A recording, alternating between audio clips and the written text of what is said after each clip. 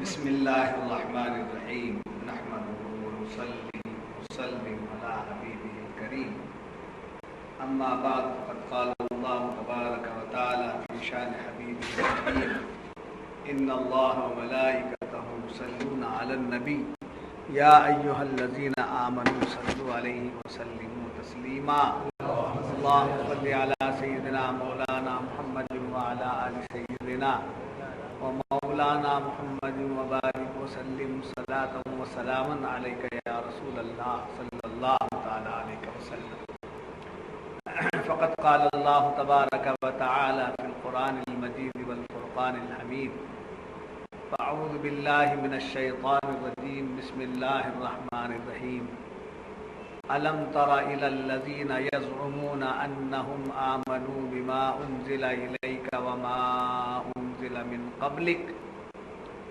يريدون أن يتحاكموا إلى الطاغوت وقد أمروا أن يكفروا به ويريد الشيطان أن يضلهم ضلالا بعيدا وإذا قيل لهم تعالوا إلى ما أنزل الله وإلى الرسول رأيت المنافقین یصدون عنک صدودا صدق اللہ العظیم۔ کیا تم نے انہیں نہ دیکھا جن کا دعویٰ ہے کہ وہ ایمان لائے اس پر جو تمہاری طرف اترا اور اس پر جو تم سے پہلے اترا، پھر چاہتے ہیں کہ شیطان کو اپنا پنچ بنائیں، اور ان کو تو حکم یہ تھا کہ اسے اصلاً نہ مانیں، اور ابلیس یہ چاہتا ہے کہ انہیں دور بہکاوے، اور جب ان سے کہا جائے کہ اللہ کی اتاری کتاب اور رسول کی طرف آؤ تو تم دیکھو گے کہ منافق تم سے منہ موڑ کر پھر جاتے ہیں۔ معزز حاضرین و سامعین، کل بھی انہی آیات مبارکہ کی تلاوت کی گئی تھی اور اسی کی روشنی میں چند باتیں عرض کی گئی تھی، اور یہ بتایا گیا تھا کہ کلمہ پڑھنے کے بعد جو دل سے حضور کو، قرآن کو اور اسلام کو دل سے جو نہیں مانتے ہیں وہ لوگ منافقین ہیں۔ انسانوں کی تین جماعتیں ہیں۔ ایک جماعت وہ جو ایمان لاتی، صدق دل سے ایمان لاتی، اقرار باللسان و تصدیق بالقلب، ان کے ارکان ہوتے ہیں ان کے ایمان کے۔ تو ایسے لوگوں کو صاحب ایمان کہا جاتا ہے۔ جو صاحب ایمان ہے اس کی اللہ تبارک و تعالی نے بھی بڑی تعریف اور اس کی شان و عظمت بیان کی ہے۔ دوسری جماعت ہے جو سرے سے انکار کرتے، اللہ کا انکار، اللہ کی صفات کا انکار، اللہ کے رسول کا انکار، ان کے عظمتوں کا انکار کرتے ہیں، بالکل سرے سے انکار کرتے ہیں۔ یہ لوگ کافر ہیں، یا تثلیث کے یہ لوگ قائل ہیں تو یہ مشرک بھی ہیں۔ اب تیسری جماعت وہ ہے جو نہ سرے سے انکار کرتی ہے اور نہ سرے سے تسلیم کرتے ہیں، ظاہر میں مان لیتے ہیں اور اندر سے انکار کرتے ہیں۔ حضور کے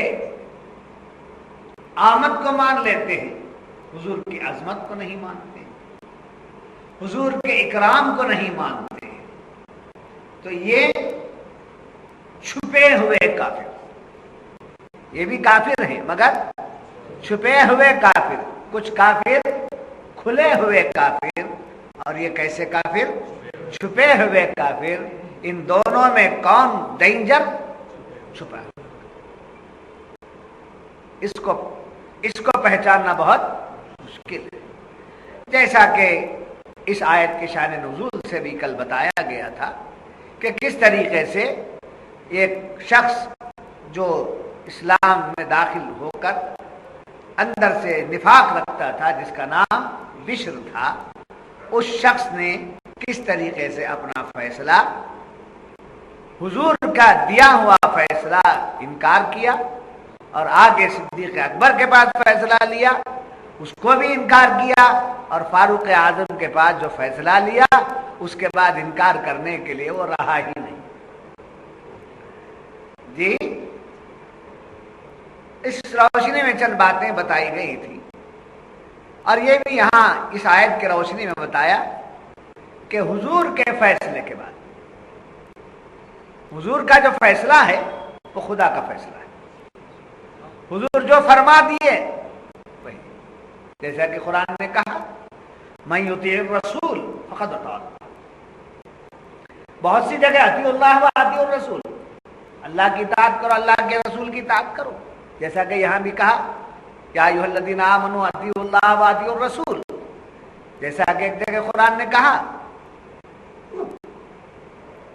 کہ قل اطیعوا اللہ والرسول فإن تولوا فإن اللہ لا يحب الکافرین۔ ایسا اللہ اور اس کے رسول کی اطاعت کا الگ الگ ذکر ہوا، مگر ایک جگہ اللہ تبارک و تعالیٰ نے اسی سپارے میں وہ آیت آئے گی جس میں فرمایا من یطیع الرسول فقد اطاع اللہ۔ اللہ کی اطاعت، رسول کی اطاعت، اللہ کی اطاعت الگ الگ الگ الگ بولتا آیا، مگر یہاں آ کر کے بتا دیا اللہ کی اطاعت کا ذکر ہی نہیں ہے، رسول کی اطاعت ہو گئی تو اللہ کی اطاعت ہو گئی۔ رسول کی بات مان لیا، اللہ کی بات مان لیا۔ جی، جو رسول کا ہوا وہی خدا کا ہے، جیسا کہ حدیث پاک میں حضور نے فرمایا النکاح من سنتی فمن رغب عن سنتی فمن رغب عن سنتی۔ جبکہ اللہ تعالیٰ نے فرمایا ہم نے تمہیں جوڑا پیدا کیا، مرد عورت سے ہم نے تم کو پیدا کیا ہے، جوڑے بنا کر بھیجے ہیں، تو جوڑے بنا لو، چلتے چلتے ہاتھ لگا دو، ہوگا؟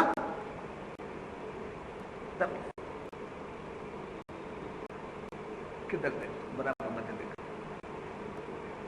جی، اللہ کیا بنایا؟ جوڑا بنایا۔ کالج میں جاتا، کمپنی میں جاتا،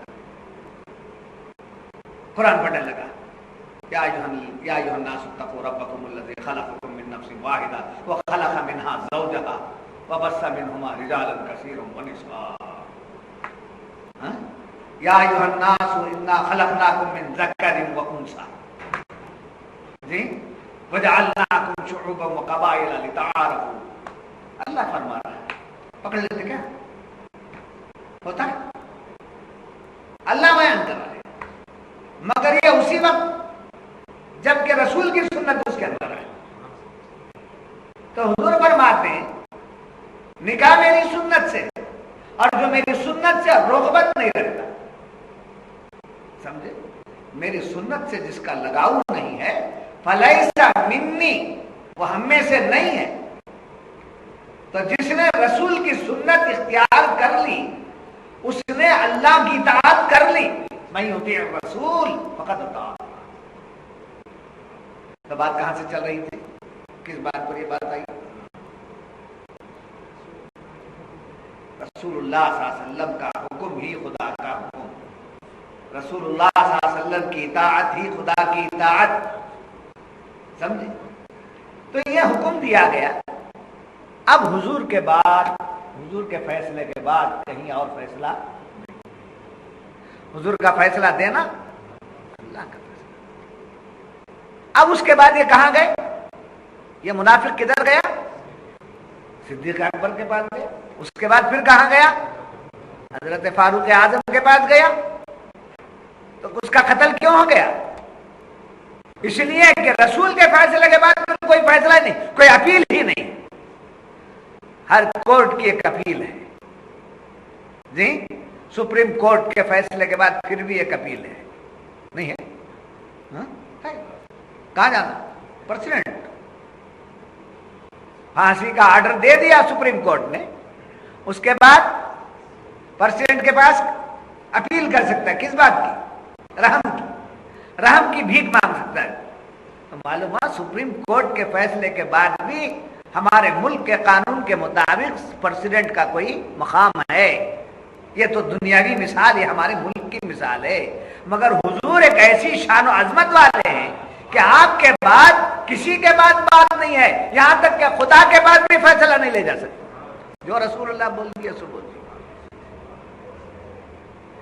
تو آپ کے بعد کسی کا فیصلہ نہیں ہے کہ اس کا مطلب کیا ہوا؟ حضور کا فیصلہ حق، اٹل، سمجھے؟ فیصلے کی طرف دوسری طرف جانے کا مطلب کیا ہوا؟ فیصلہ ناقص ہے، فیصلہ ناقص ہے تب دوسری طرف جاتا ہے۔ اب یہاں دوسری طرف جانے کی اجازت نہیں ہے، کیا مطلب؟ یہ اٹل ہے، یہ سچا ہے، یہ حق ہے، اس کے بعد دوسرا دروازہ نہیں۔ پھر اس کے بعد یاد رکھنا، مفسرین کرام اس آیت کی روشنی میں فرماتے ہیں کہ اپنا فیصلہ، اپنا مقدمہ، اپنا کیس جی کافر کے سامنے رکھنا مسلمان کے لیے حرام ہے۔ مسلمان اپنا فیصلہ کسی کافر کی عدالت میں رکھتا ہے تو حرام ہے۔ اب آپ بولے ملک کا قانون ہے، اس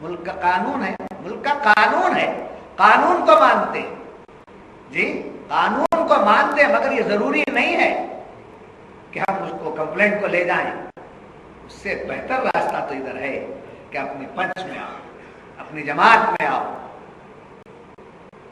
اپنے علماء کے پاس آؤ، اپنے دیندار لوگوں کے پاس آؤ، ان کے پاس، تقوی والوں کے پاس آؤ، وہ فیصلہ دیں۔ جیسا کہ میاں بیوی کا جھگڑا ہوا، دونوں آپس میں جھگڑ لیے، جھگڑنے کے فوراً بعد کیس دائر کرو نہیں کہا، کیا کہا؟ طرفین کے ماں باپ ہے وہ مسئلے کو حل کریں۔ پھر بھی اگر حل نہیں ہوتا ہے تو کیا کریں گے؟ طرفین سے پنچ بٹھائیں گے، طرفین سے پنچ بٹھائیں گے، منزل بمنزل، اسٹیپ بائی اسٹیپ جائیں گے۔ اس طریقے سے فیصلے اپنے اندر حل کر لینے کی تعلیم اس قرآن کی آیت کی روشنی میں ملتی ہے۔ جب یہ بات معلوم ہوئی تو دیکھیے، ایمان،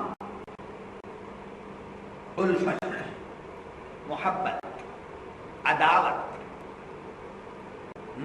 رقابت، اس کا سب مقام کا کیا ہے جی؟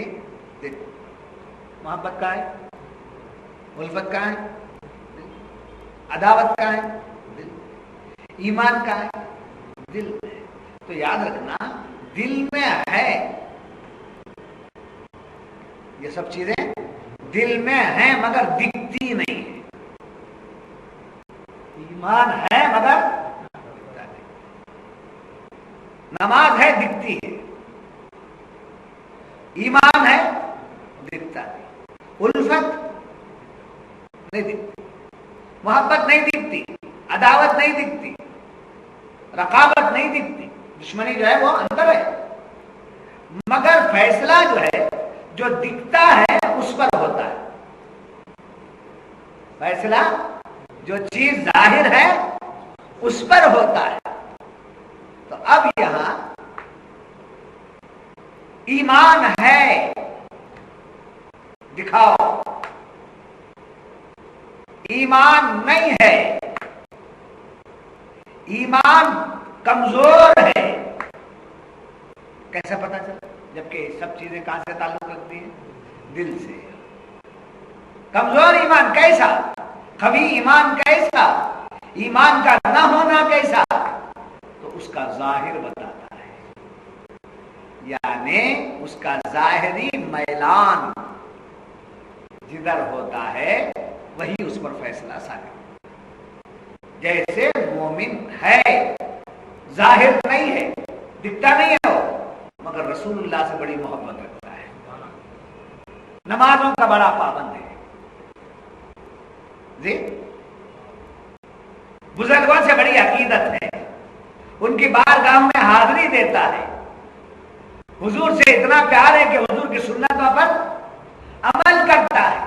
تو یہ تمام چیزیں، حضور کی سنت پر عمل کرنا، حضور سے محبت کرنا، حضور کے نام پہ فدا ہونا، یہ تمام ظاہری چیزیں اس بات کی علامت ہے کہ اس کے اندر ایمان ہے. جی اس کے اندر کسی کو دیکھو کہ حضور پر سلام بھیج رہا ہے، اس کے مومن ہونے کی گواہی دے. کسی کو دیکھو کہ حضور کی سنتوں کا پابند ہے، ٹٹول کر کے مت دیکھو کہ ایمان اس کے اندر ہے یا نہیں. اگر ایمان نہ ہوتا تو حضور کی سنت پر عمل نہ کرتا. تو کسی کو حضور کی سنت پر عمل کرتا ہوا دیکھو تو کس بات کی گواہی دینا؟ اس کے ایمان کی، مومن ہونے کی گواہی دو. جی ایک آدمی ہے نفاق کا رہتا ہے دل کا، معلوم ہمیں منافقوں پر تم نہ معلوم کی، کیا کہتے تم ہمارے دل میں. جی سوال ہوتا ہے منافقت کہاں ہے؟ نفاق دل میں. اب نفاق کا پتہ کیسے چلے؟ یہ منافق ہے کیسا پتہ چلے؟ حضور کو اپنے جیسا کہہ دیا،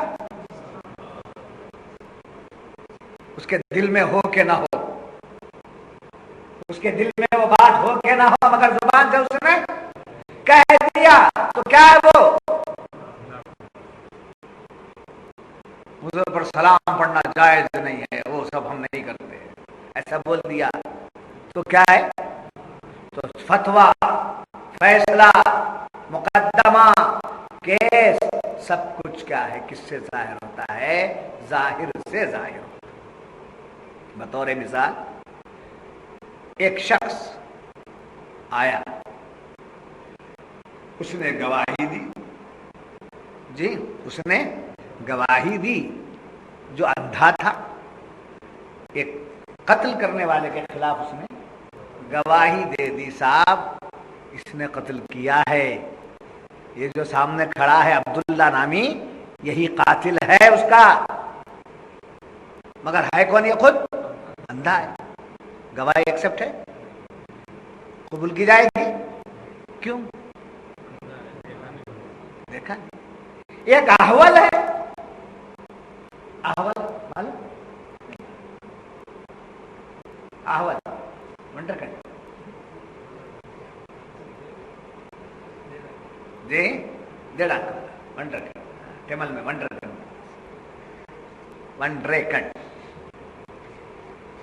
یہ ونڈرکنڈ اتنا بولتے ہیں اسے سگریٹ سے.